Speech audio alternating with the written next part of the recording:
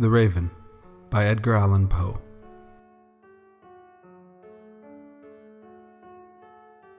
Once upon a midnight dreary, while I pondered, weak and weary, over many a quaint and curious volume of forgotten lore, while I nodded, nearly napping, suddenly there came a tapping, as if someone gently rapping at my chamber door.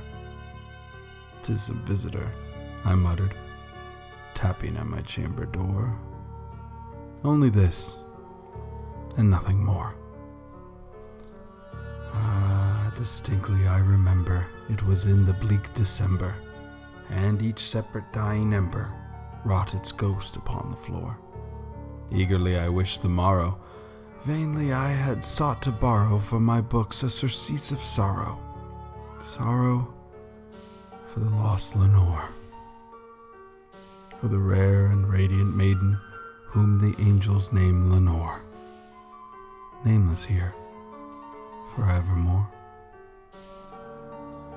And the silken, sad, uncertain rustling of each purple curtain thrilled me, filled me with fantastic terrors never felt before, so that now, to still the beating of my heart, I stood repeating, "'Tis some visitor entreating entrance at my chamber door.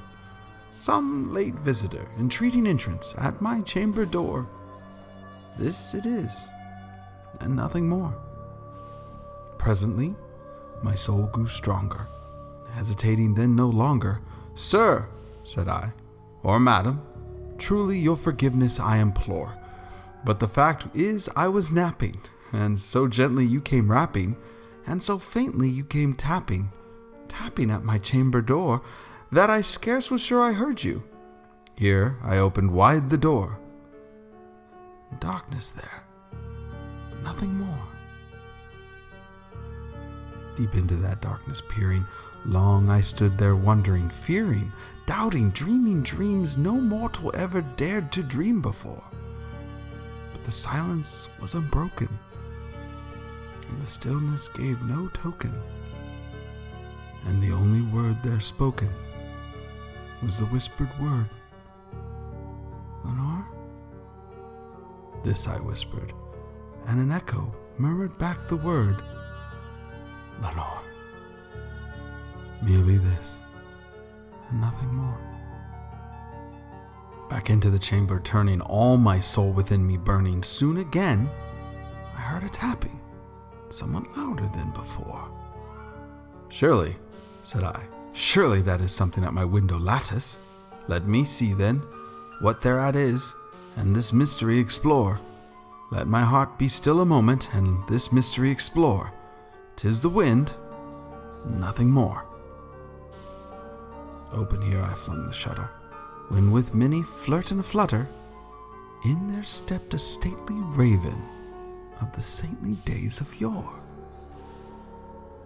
Not the least obeisance made he, not a minute stopped or stayed he, but, with the mien of a lord or lady, perched above my chamber door, perched upon a bust of Pallas, just above my chamber door, perched and sat, and nothing more.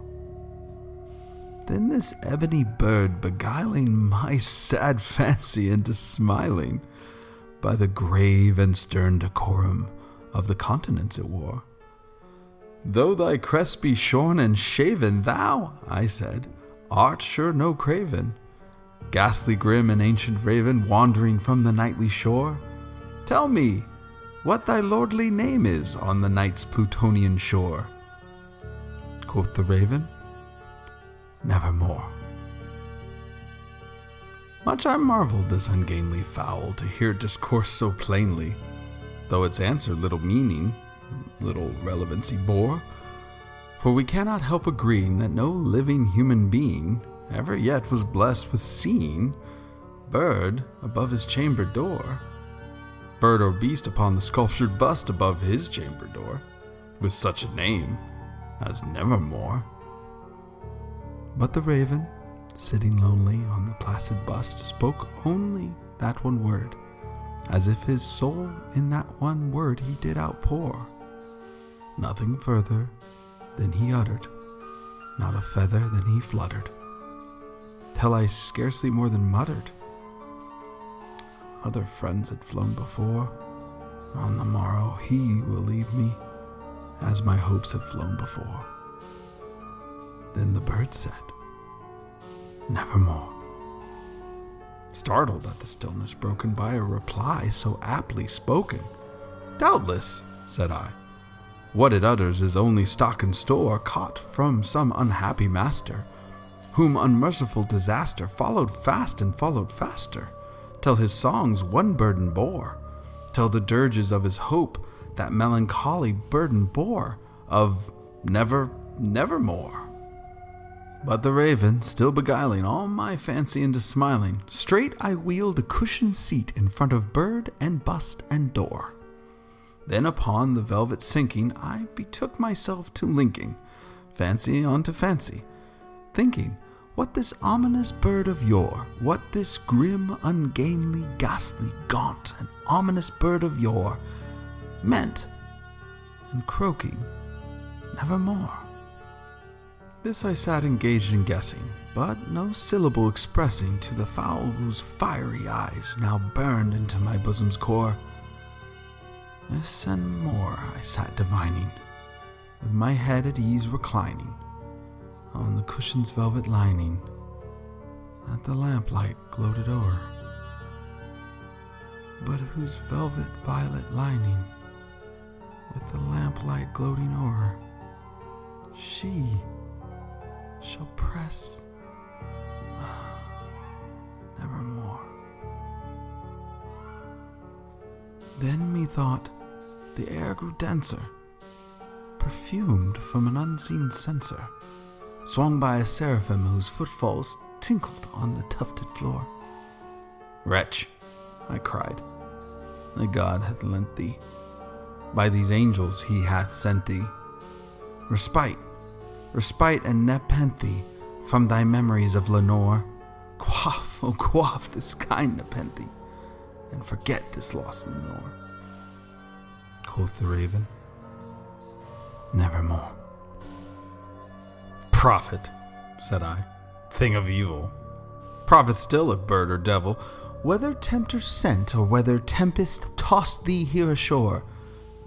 Desolate yet all undaunted, on this desert land enchanted, on this home by horror haunted, tell me truly, I implore, is there balm in Gilead? Tell me, I implore. Quoth the raven, nevermore. Prophet, said I, thing of evil, prophet still, if bird or devil, by the heaven that bends above us, by the God we both adore, tell the soul with sorrow laden, if within the distant Aden it shall clasp a sainted maiden, whom the angels name Lenore. Clasp a rare and radiant maiden, who the angels name Lenore. Quoth the raven, nevermore. Be that word a sign of our parting, bird or fiend, I shrieked upstarting. Get thee back into the tempest, and the night's Plutonian shore. Leave no black plume as a token of that lie thy soul hath spoken. Leave my loneliness unbroken. Quit the bust above my door. Take thy beak from out my heart, and take thy form from off my door. Quoth the raven, nevermore. And the raven, never flitting, still is sitting on the pallid bust of Pallas just above my chamber door. And his eyes have all the seeming of a demon's that is dreaming, and the lamplight o'er him streaming throws his shadow on the floor, and my soul from out that shadow lies floating on the floor, shall be lifted nevermore.